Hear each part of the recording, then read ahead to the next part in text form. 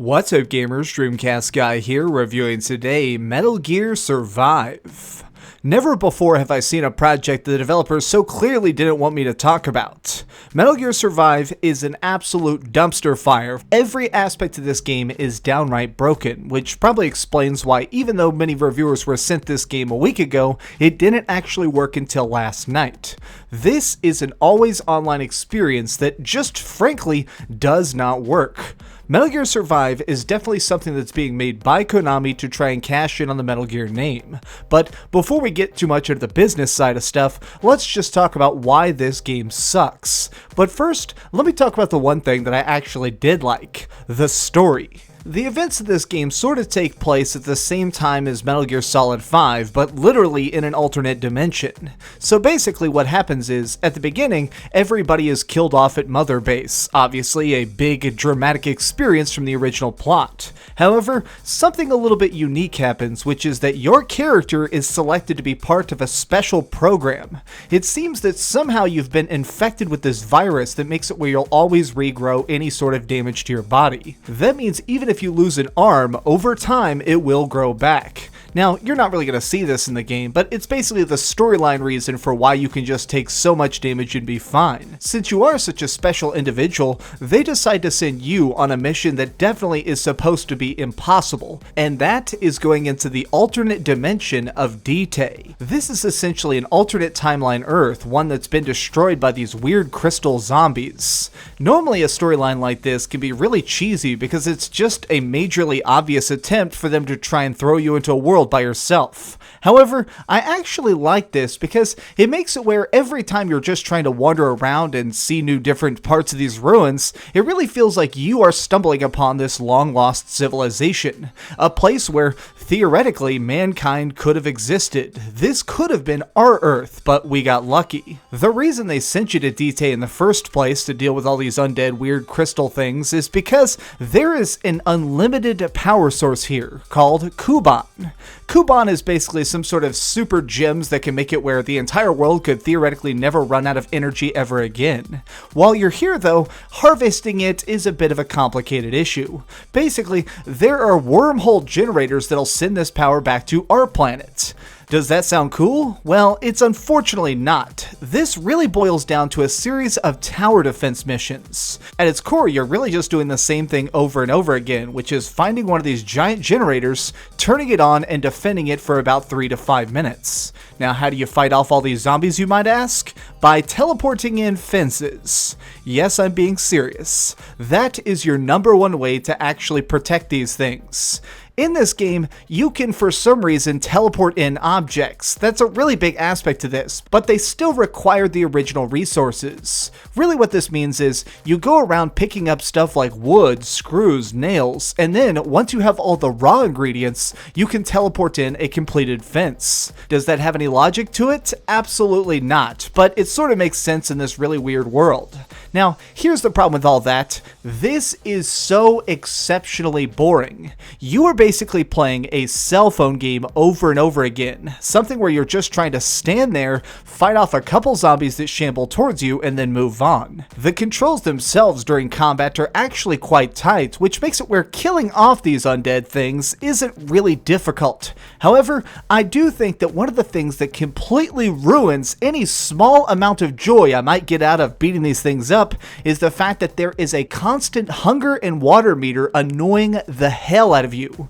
Your character is basically the weirdest guy ever. He at all times needs to be eating and drinking. The more water you have in your system, the further you can run. The more food you have in your belly, the more health you can have. This basically means that if you are not at all times searching for more food and more water and being prepared to cook and eat this over and over again, you are going to die of starvation in a matter of minutes. I am being completely serious. There was a time when I was just trying to craft stuff in the base, upgrading my pretty paltry gear, and I starved to death in about 4 minutes. Why is my character the hungriest person in this entire dimension? It is so stupid to constantly have to worry about eating at all times. Why is it that I'm not able to just eat like once an hour or once every 30 minutes instead of every 3 minutes? Now, the reason this just totally drives me insane is because when you are hungry or thirsty, the screen gets very, very blurry. As I'm sure you've noticed here, almost the entire game, all my hours I put into this, the screen was blurry. Right now, since I just stayed up all night playing this game, I have a splitting headache from staring at incredibly blurry monsters for hours. This is the dumbest thing ever. Why are you making me try and look at freaking gameplay that might as well be a YouTube video rendered at 240p? You're making your game, which could be beautiful, an absolute blurry mess.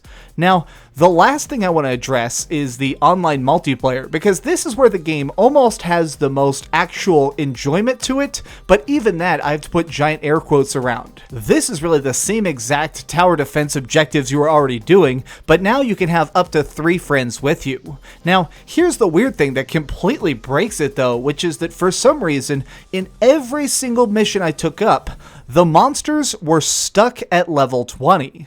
No matter how strong I got, no matter how many times I leveled up, these guys would still absolutely one-shot me. In 5 hours of attempting to beat the first mission, I could not. I couldn't find any sort of option to lower the difficulty because it was already on easy, which leads me to believe that right now this game is just absolutely messed up. There is nothing you can do. Beating a normal mission online is impossible. And I say that as somebody who's practiced this a lot. I'm very good at taking down these zombies. In fact, as you can see right here, I'm doing a chain attack. I literally keep sneaking up behind them and just trying to assault them over and over and over again. And even doing that, a move that should be a simple one-shot does nothing, basically. This game is just from the ground up a mess. This is a dumpster fire of legendary proportions. But wait, it gets a little bit worse. Say you're trying to actually get good at this game. You care about the weird story and your custom character means a lot to you. Well, that means you're probably going to be forced to buy the microtransactions. Yes, that's right. Metal Gear Survive is an always online experience that is heavily focused on loot crates, about buying buffs, about trying to find new ways to boost your character by spending real-world money. As soon as you go online, it is very apparent who is actually using these microtransactions because they make you much stronger. They'll make it where you get 10 times more money or make it where you get way stronger way faster. This is such a dumb system because already this game has so many freaking fundamental flaws that drive me nuts. But the fact that I know that the best players of this freaking catastrophe are going to be rich kids makes it even more annoying. This game, in my opinion, is a testament to what is wrong with modern gaming. It tries nothing except to milk its audience, to push you into getting new stuff to try and make your pathetic character ever slightly stronger. Okay, so we've heard a lot of bad and some good, but let's over the ratings board and put a big number on it. I am giving Metal Gear Survive a 3 out of 10. Up to this point, I've now put about 20 hours total into this game, and I regret every single second of it. Do not buy Survive, because if you do, you are supporting completely corrupt business practices. If this game ends up being a success somehow, you can guarantee that we're going to see a lot more messed up microtransactions in the future. Thanks so much for watching, gamers. This has been DreamcastGuy with another review. If you enjoyed this video, please give it a thumbs up, share with your friends, and subscribe if you haven't already. But do me the biggest favor of all and keep dreaming.